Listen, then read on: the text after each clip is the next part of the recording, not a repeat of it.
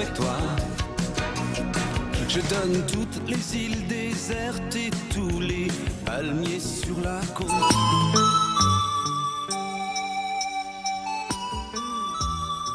C'est vrai, des stations de montagne en été, c'est vraiment pas ce qui manque, surtout en France. Alors on va faire un petit peu le tour avec vous, Marie-Dominique, et on commence par quoi?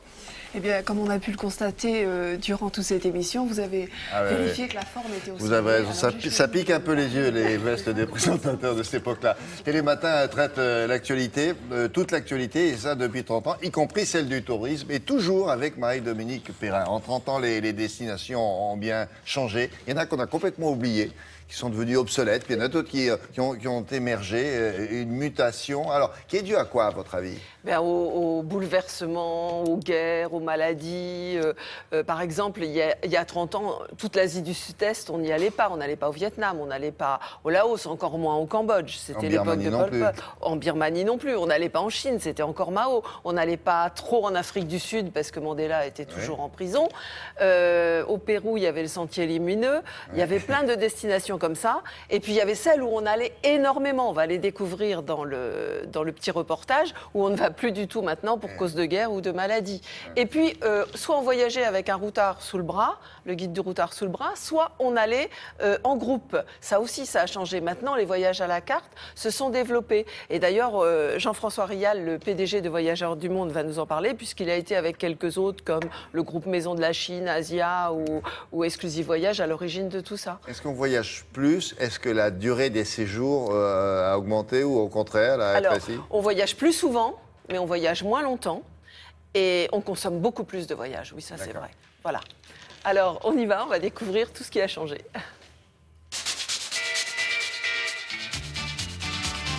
Bonjour Marie-Dominique. Bonjour William. C'est vrai que c'est une des dernières destinations à la mode.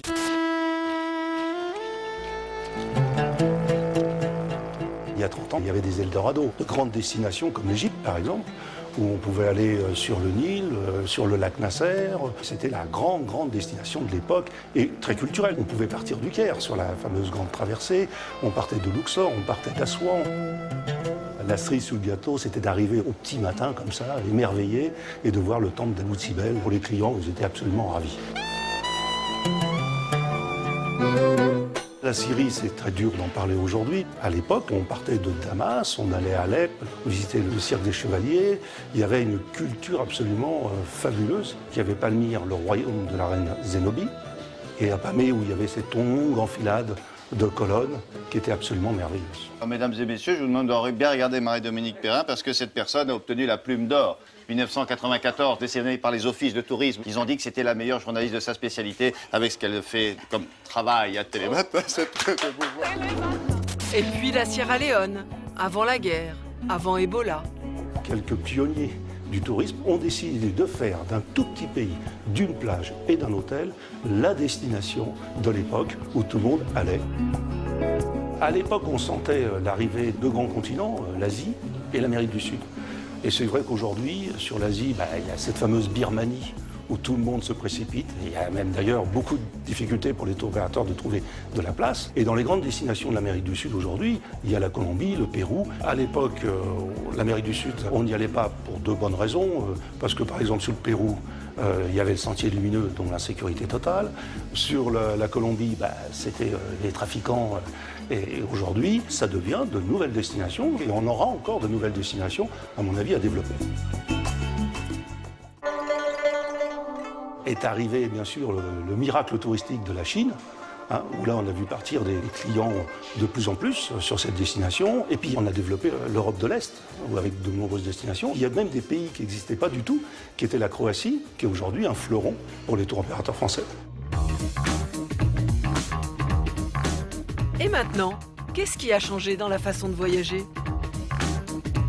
La nouvelle façon de voyager depuis ces 30 dernières années, c'est clairement qu'on est dans une démocratisation du voyage à outrance. Et donc, finalement, les gens ne voyagent plus en groupe, ils voyagent en individuel, à la carte, sur mesure de plus en plus. Il y a eu un énorme développement sur Internet qui a eu lieu, mais pour des formules packagées, toutes faites. Les gens qui demandent des voyages sur mesure sur Internet nous contactent par Internet, mais la création du voyage ne se fait jamais sur Internet. Elle se fait au téléphone, le client vient nous voir ou même discute avec nous par vidéoconférence. Et l'éthique du voyage dans tout ça? Le voyage responsable, c'est une obligation si on veut pouvoir continuer à voyager demain.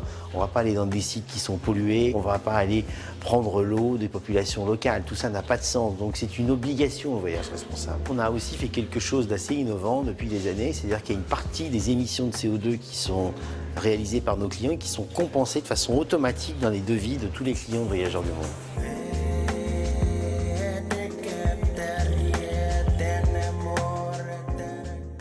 Combien de pays visités en 30 ans? 120. 120. Ouais, et 120 îles en plus.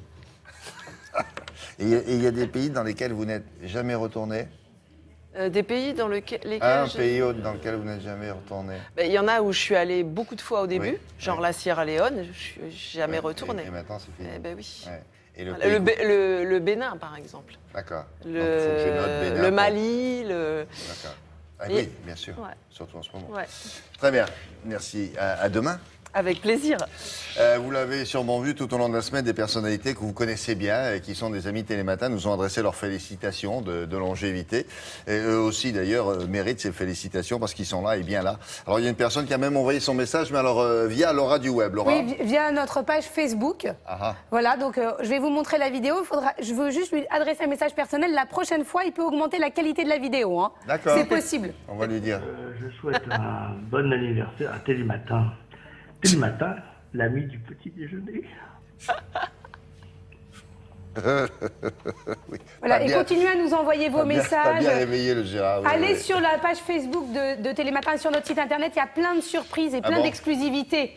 Les Très bien. coulisses, toutes nos premières chroniques et vos révélations inédites, William. Alors, vous n'êtes pas au bout de vos surprises dans cette semaine spéciale que nous vous proposons. Certains sont prêts à aller très très loin, vous allez voir.